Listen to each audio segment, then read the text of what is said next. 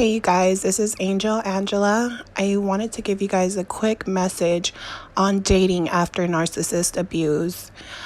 Just because I've been seeing a lot of people that I'm close to and people that I've been dealing with that have went through these narcissistic relationships, and after being in that type of relationship and going through so much with these people spiritually, physically, mentally, it's very important for us to stop the pattern and knowing the information that we have, the red flags, not just knowing these things, but putting these things to use, actually putting action into the words, into the knowledge that we have learned.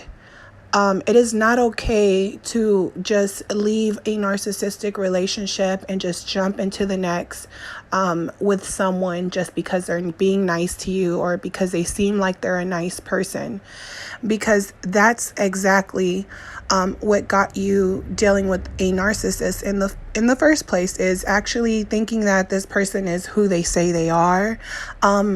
Just believing that this person has a good charisma about them. There's something different about them, and this is how they got you. So a lot of times when you leave a narcissistic relationship, you'll have moments where you're going to be vulnerable. You will talk to new people. You might start a dating site. Whatever it is that you feel like you need to do in order to moving on to another person and allowing that person into your private, personal space. Telling them about your past relationships, telling them about your suffering, telling them about all the things that your ex did to you. This is a setup. You are setting yourself up for failure when you tell other people the pain that you have experienced. Because we live in a world where it almost seems like opposites attract. The more you like someone, the less they'll like you. If you show too much excitement, the other person will kind of back off. So it's very important to, keep your feelings and those type of emotions in until you get to know that person. Sometimes you get excited. You feel like you finally found someone who understands you. And it is very important for you to slow down and silence yourself. Silence gets you a long way, you guys. My advice to anyone and everyone listening to this is that it is better to be silent when you're dealing with new people and you're dating again. Because, like I said, people prey on your weakness. And just as the narcissist came to you, they didn't come to you telling you all of their bad crap and all the stuff that they've done, all the negativity. When you meet someone, you want to give a good first impression. You want to be positive, because most people don't look at someone and want to be around them and start a relationship with them when they're so negative. And if someone is willing to start a relationship with you, knowing that you are negative, you should automatically know that this person has a secret agenda. I do understand that there's some people who genuinely want to help, but you have to help yourself. You have to help yourself before anyone else helps you. I wanted to give you guys a story. I like story time. So I went on a date. This was years ago. I was only, I had just turned 19. And me not knowing anything about narcissism, I went out on a date with a older guy at the time because I thought being with someone older, being around someone older, I can learn something from them. Right? And you're not knowing as a 19-year-old that there's men preying on you because you're young. you know. They feel like they can use you, do what they want with you, and you'll get over it because you're still young. So they look at it like, yeah, I might have wasted a couple of years, but you're still young, you know. They don't really care. So as I was dealing with this man, first date was okay. You know, he tells me a little bit about himself. I didn't open up so much. To be honest with you, I hadn't went through any relationship problems at the time where I was actually acknowledging narcissism. So this is me being a 19-year-old, but still having a good eye out for people. I used to always listen to my gut feeling. But see, when you get with a narcissist and your gut feeling is telling you something, they will do everything to make you not trust your intuition. It's like they look you in the eyes, they start to actually pick up on you, figuring them out. And once they do that, they're like, oh my God, her intuition or his intuition is coming up. How do they know? They'll even say stuff to you playing around like, oh, you're a psychic, you know everything. And once you tell them, oh, what do you mean I'm a psychic? You know, they'll start an argument with you. So, me going into this date, this man, the next time, probably the second date I went with him, he starts telling me about how he worked at an airport and he was a airplane engineer. So he tells me that the way he got his job was by lying, that he had been working there for 15 years. So that means he spent all of his 20s and some of his 30s working at this company for a long time, getting benefits. And he basically told me that he lied in his resume. He told them that he worked at a different airport that had closed. And he also told me that when they were asking him interview questions, that he told the interviewer that for the most part, most of his experience has came from working with vehicles, but he also had a couple months in working with airplanes before the airport closed, where he claimed that he was working at. So I was like, wow, so you basically lied to get this really good job as an engineer, you know, a engineer for planes. Like, this is big, you guys. These are people who are flying all over the world, you know, getting in these planes.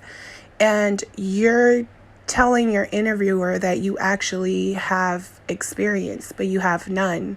Then you're telling them you have experience with vehicle engineering. So I was like, well, that's kind of impressing. So I'm focused on the car engineering. So then I start asking him more questions about that, and come to find out,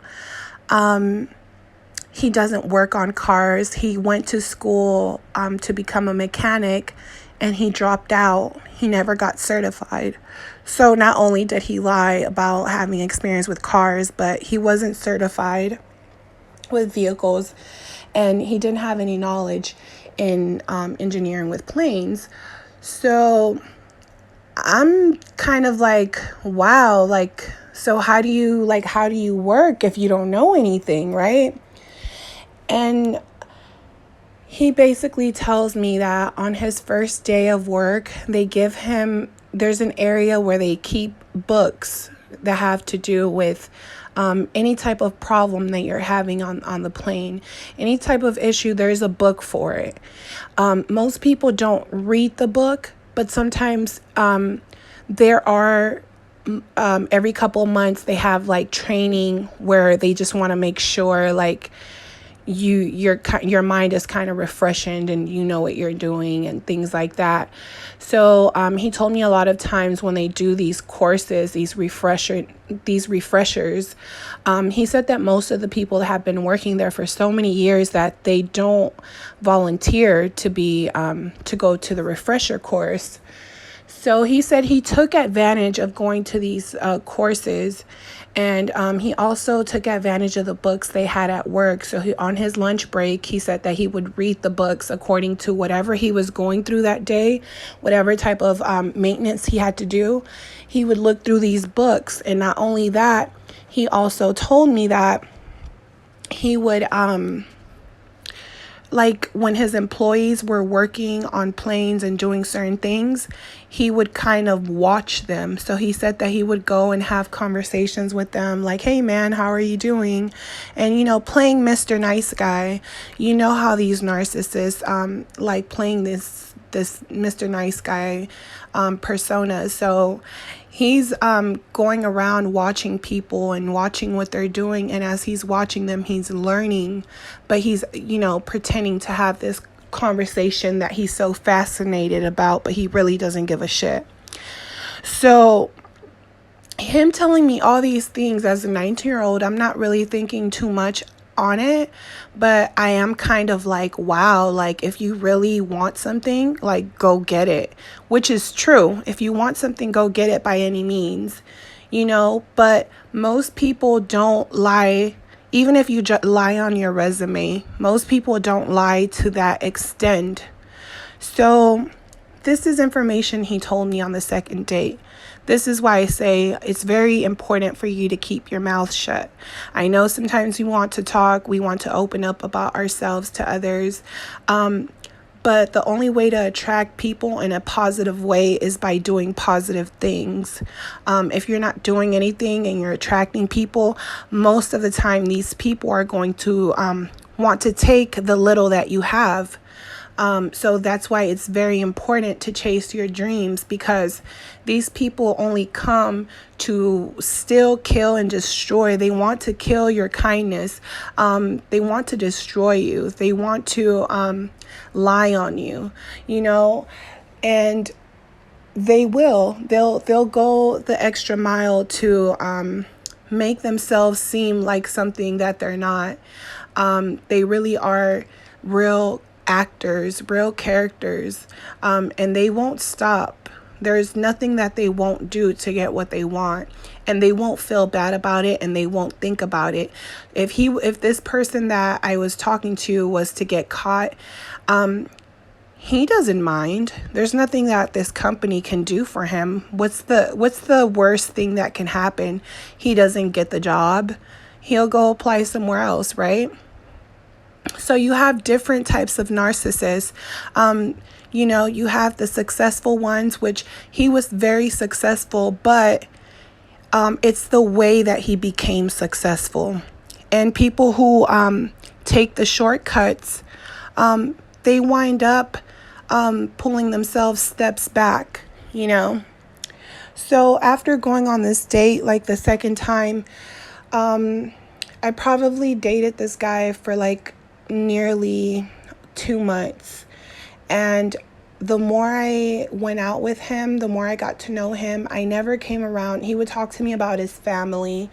He told me he didn't have any kids, which now, looking back, he probably had kids. He probably had a couple of kids, but because I'm a 19-year-old girl, he's not going to put that type of responsibility on me. And not only that, he's not taking me serious as a 19-year-old girl. So after a couple months, he also shared with me a story about how when he was younger, most of his friends were like troublemakers and that they would always like ditch school and things like that.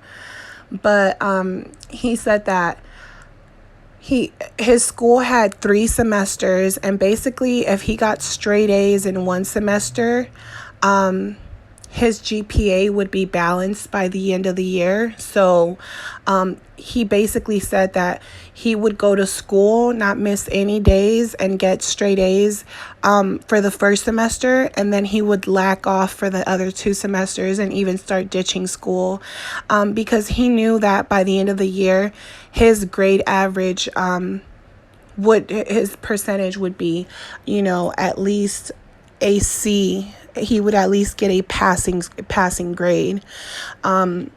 But he said that most of his friends didn't graduate, and most of his friends were trying to figure out how did he graduate when they were both ditching. They were all ditching. And he basically was like, yeah, they were basically, this is basically how I got by through when I was in school.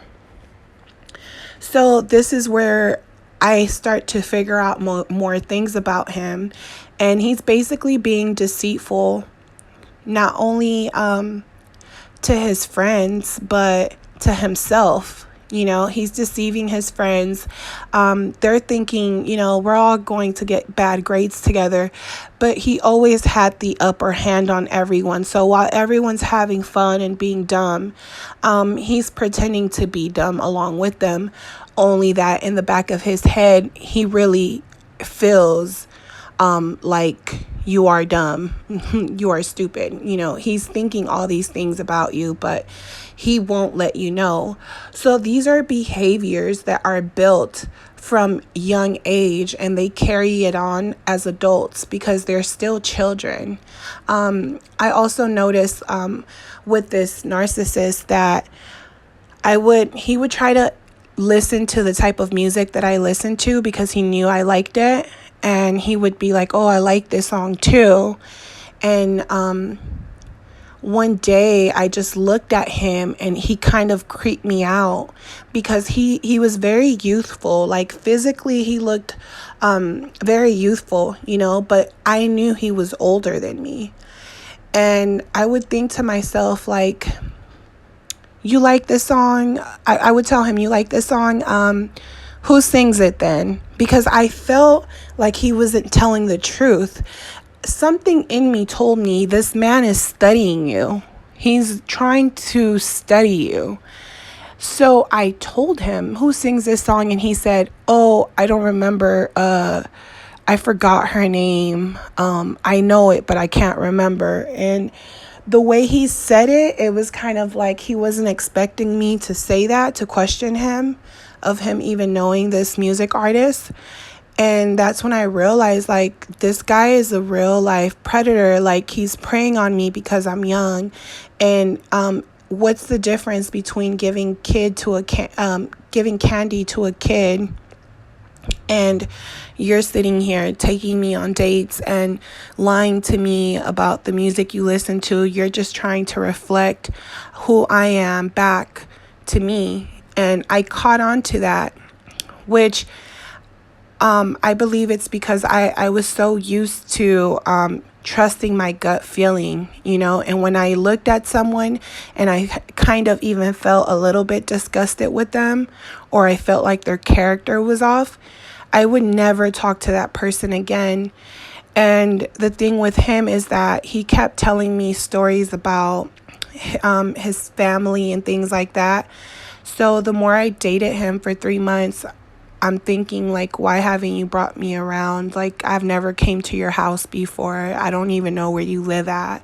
Like, if I was to sleep with you, like, I'd be sexual with you and I wouldn't even know where you live. So I never did anything with him because he showed me a lot of interest, but it would always be kind of like, if you want to get a room, we can get a room and things like that because I don't bring people around my house. So to me, I was already like turned off. Like, I don't have time. I was young, I had so many guys that wanted to talk to me. I was kind of like, I gave you a chance. I don't know why I'm still dealing with you. And I can see that you don't even listen to the kind of music that I listen to. Every time I bring something up and ask more questions, you really don't know anything. So this message is just to let you guys know that it's better to be silent when you're dealing or when you're dating and dealing with someone, and it's better to not say too much about your past experiences. Don't tell these people that you dealt with a narcissist. Don't tell these people that your ex left you broke, your ex did all these things to you, because we all know that narcissists get off on negativity. So as soon as you tell someone that, you don't know whether that person is a narcissist yet or not. And you're basically giving it away to them, and they're thinking in their head, oh, you thought that guy was worse, or you thought that guy was bad, or you thought that woman was bad. Wait till you see how I'm going to do you. Because if they were able to get away with all those things and you're willing to date someone else and not know too much about them, that means I can hurt you worse than what they did to you. They want to cross that boundary with you.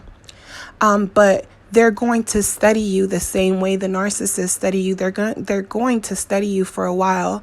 And if they see that you have boundaries, if they see that you have goals, that there's certain things that you need in a partner and that you're looking for in a partner, and not just that, most relationships have to be organic and start off as a friendship. If this person can't even be your friend and they just want to be jumping in a relationship, they don't want to wait, or they wait, but then they're always disappearing on you, those are all red flags, and you guys need to start running right away when that happens. Take time to heal yourself before you guys start dating. I know some people feel better to date right after being with a narcissist because they feel like they've wasted so much time. But the thing is that even if you try to not think about it and you're going on dates because you want to get away from from the situation that you got out of, if you don't heal properly and you start dating and you end up going on a date with an asshole and the situation's just bad, you're going to come home and feel really shitty about yourself and think that there's something wrong with you, and there's nothing wrong with you. We just really live in a world full of shitty people. So it's very important for you to just know yourself, know that these people out here are dream killers. They're out here trying to kill your dreams. They don't want to see you do good. They don't want to see you succeed. They don't want me making these videos for you, but I'm going to keep doing it. They don't want me to be great. They don't want you to be great. They don't want you to be happy. And someone like me wants you to be happy, and that's why I just want you guys to know that it's better to be silent and not tell so much when you're going back into the dating scene. So I hope that this message could help a lot of you guys, and don't forget to leave your comments down below. Don't forget to like my videos, subscribe, and share so you guys can see when I upload more videos. And I'll talk to you guys later. Bye.